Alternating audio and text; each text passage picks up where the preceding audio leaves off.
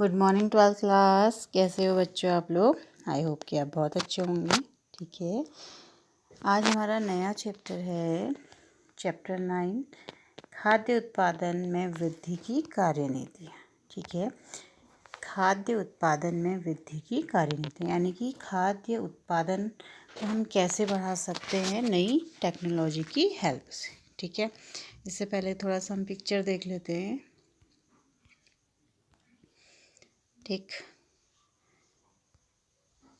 देखिए इसमें जैसे मेंशन किया हुआ है कि जो हमारी वर्ल्ड पॉपुलेशन है, ठीक है, पूरी होल वर्ल्ड की, वो 1990 में कितनी थी? 5.3 बिलियन। ठीक है, 2015 में 7.3 बिलियन, और इसी तरीके से 2030 तक वो कितनी हो जाएगी? 8.5 बिलियन। ठीक है, और 2050 में 9.7 बिलियन, और 2100 में कितनी हो जाएगी? 11.2 बिलियन। ठीक है, तो समझ रहे हैं कि जो हमारा पॉपुलेशन रेट है वर्ल्ड का, या हमारे देश का, चाइना का या अदर कंट्रीज़ का, तो वो क्या है? ख़ास तौर पे चाइना और इंडिया का जो पॉपुलेशन रेट है वो क्या है? सबसे ज़्यादा है। ठीक है, तो इतना जब पॉपुलेशन बढ़ता ही जा रहा है पूरे विश्व का, तो इन सारी चीज़ों के लिए, इन सारी जो भी पॉपुलेशन है उसका भरण पोषण कैसे करें, उसके लिए जो क्या है खाद्य सामग्री है वो कैसे आएगी, उसी के बारे में हम यहाँ पर क्या करेंगे? आज चर्चा करेंगे। ठीक है, कि कैसे हम क्या करें, उत्पादन को बढ़ाएं। ठीक है, क्योंकि हमारे पास क्या है, जो भूमि है वो तो अब लिमिटेड हो गई है। सभी जगह क्या हो गया? औद्योगिकरण हो गया है, नए नए मकान बन रहे हैं ना, तो जो खेती वाली जो भूमि है उसका परसेंटेज क्या हो गया है? काफ़ी हद तक कम हो गया है। ठीक है, तो विश्व की जनसंख्या जिस हिसाब से क्या बढ़ रही है, बढ़ते ही जा रही है, उस तरीके से उस अनुपात में हमारा खाद्यान्न उत्पादन भी बढ़े। तो इसलिए ये चैप्टर क्या है यहाँ पर लगाया गया है। ठीक है, और इस चैप्टर को 12th में इंक्लूड करने का मतलब क्या है कि जो बायो के स्टूडेंट हैं, अगर वो क्या है मेडिकल या अन्य क्षेत्र में नहीं जा पा रहे हैं, तो वो क्या कर रहे हैं, अपने गांव के स्तर पर इन सारी चीज़ों की जानकारी को लेकर क्या करें, जैसे कि वो कृषि में कैसे टेक्नोलॉजिकल परिवर्तन कर सकते हैं, क्या ऐसी नई टेक्नोलॉजी हैं जिनके द्वारा उन्हीं खेतों में हम अधिक उत्पादन कर सकते हैं, या जो पशु हैं, ठीक है, उनमें हम किस तरीके की तकनीकों के द्वारा उनके जो दुग्ध उत्पादन है, ठीक है, या मुर्गी जो अंडों का उत्पादन करती है, उसमें हम क्या करें, कैसे उसके उत्पादन को बढ़ाएं, ये सारी चीज़ें हम इस चैप्टर में क्या करेंगे, देखेंगे। इसलिए इस चैप्टर का नाम क्या है? खाद्य उत्पादन में वृद्धि की कार्यनीति। कार्यनीति क्या होगी? टेक्नोलॉजीज होगी। वृद्धि खाद्य उत्पादन यानी कि देखिए बच्चों, जो भी ह्यूमंस हैं, ठीक है, वो बिना लग्जरी के एक बारी को रह सकता है, लेकिन बिना भोजन के, बिना हवा के, जो उसकी नेसेसिटीज़ हैं ना, वो प्राइमरी लेवल की, वो उनके बगैर जीवित नहीं रह सकता। तो खाद्य क्या है? हमारी क्या है? ज़रूरत है। अगर हम खाना ही नहीं खाएंगे तो हम जीवित कैसे रहेंगे?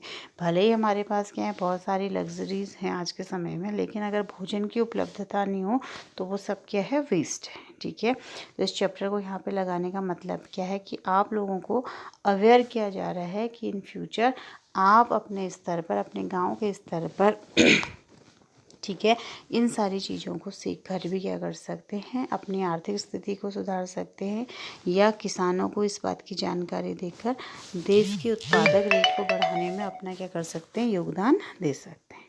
ठीक है, तो इसमें क्या क्या हो सकती है? बहुत सारी हम नई टेक्निकों के बारे में पढ़ेंगे। ठीक है, जिससे कि हमारा जो खाद्य उत्पादन है, या पशुपालन है, ठीक है, या मुर्गी पालन है, या मधुमक्खी पालन है, जो भी चीज़ें हैं उनमें हम कैसे अच्छे तरीके से या नई टेक्नोलॉजीज़ की हेल्प से क्या कर सकें, उसके उत्पादन को बढ़ा सकें। तो सबसे पहले इसमें आता है आपका पशुपालन या एनिमल हस्बेंड्री। ठीक है, तो क्या हो गया? पशुपालन क्या है? देखिए, आपने गांव में अगर आप जाते होंगे, सभी गांव से बिलोंग करते हैं, तो आपने देखा होगा कि गांव में क्या करते हैं, पशुपालन भी, खेती बाड़ी भी करते हैं, साथ साथ पशुओं को भी पालते हैं, ताकि क्या कर सके वो अपनी आर्थिक स्थिति को क्या कर सके?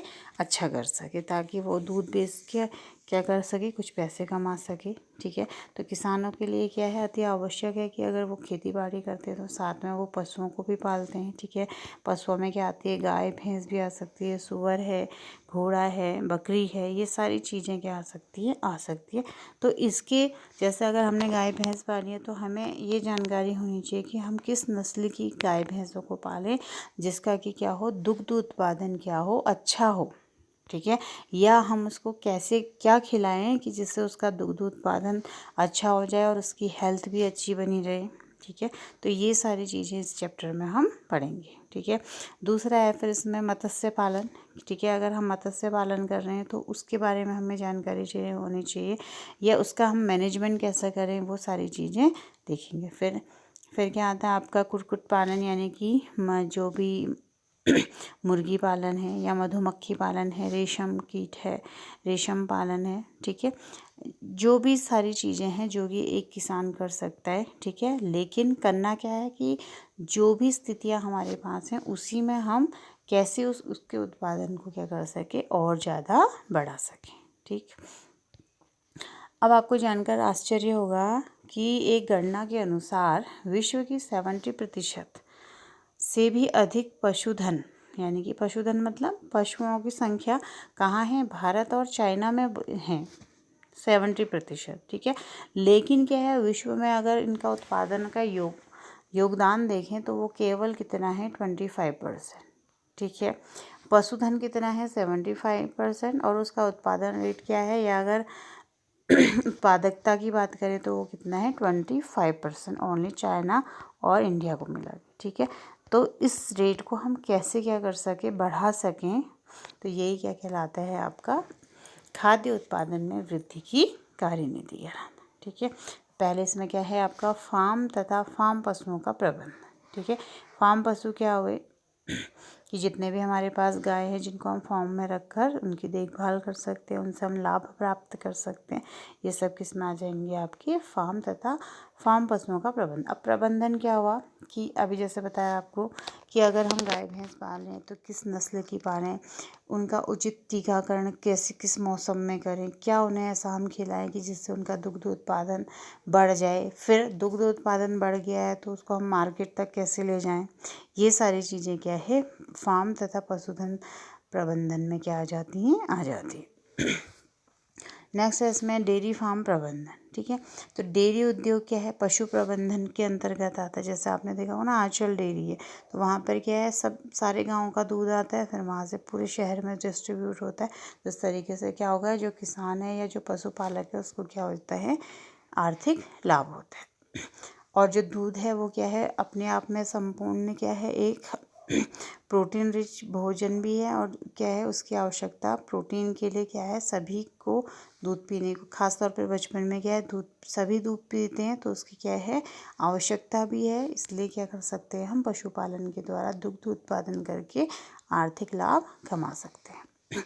अब देखिए जब हम क्या करेंगे, डेयरी फार्म का प्रबंधन करेंगे तो हमको क्या करना चाहिए, ऐसे संसाधनों को या उसके फील्ड के बारे में क्या होनी चाहिए, उचित नॉलेज होनी चाहिए कि अच्छी नस्ल है, कौन सी हमें नस्ल लेनी चाहिए, या हम उसको किस जगह पर रखें कि वो क्या करे, स्वच्छ वातावरण में रहे।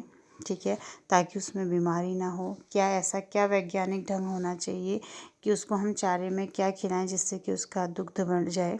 फिर दुग्ध अगर हमें मिल रहा है तो हम उसका जो भंडारण है वो कैसे करें, कैसे उसको लोगों तक पहुंचाएं, या कैसे उसको मार्केट तक पहुंचाएं। ठीक है, तो ये सब किस में आ जाता है, आपका पशु पालन या डेयरी फार्म प्रबंधन में आ जाता है। फिर पशु चिकित्सक के द्वारा क्या करना, नियमित पशु की जांच कराना। ठीक है, तो ये सब किस में आ जाता है, आपका डेयरी फार्म प्रबंधन में आ जाता है। ठीक है बच्चों, इस चैप्टर में हम क्या पढ़ेंगे कि जो भी क्या है खाद्य उत्पादन में वृद्धि की कार्य, यानी कि खाद्य पदार्थ क्या हुए, एक केवल क्या है गेहूँ चावल ही खाद्य उत्पादन नहीं है। ठीक है, इसके अलावा क्या हो सकता है, दूध हो सकता है। ठीक है ना, दूध हो सकता है, और क्या हो सकता है, अगर हम मांस की बात करें तो मुर्गियों से हमें मांस भी मिलता है, अंडे भी मिलते हैं, सूअर से, बकरी से, ये सारी चीज़ें हमारे लिए क्या है, इनसे हमें भोजन मिलता है। ठीक है। तो इनके और जो गेहूँ चावल की किस्में हैं या मक्के की किस्में, ये सारी चीज़ों में हम कैसे उत्पादन में वृद्धि करें, ये सब हम इस चैप्टर में करेंगे। ठीक है, तो आज के लिए इतना ही। फिर हम नेक्स्ट लेक्चर में इसमें मुर्गी पालन के बारे में और पशुधन के बारे में क्या करेंगे, बात। ठीक है बच्चों, थैंक यू।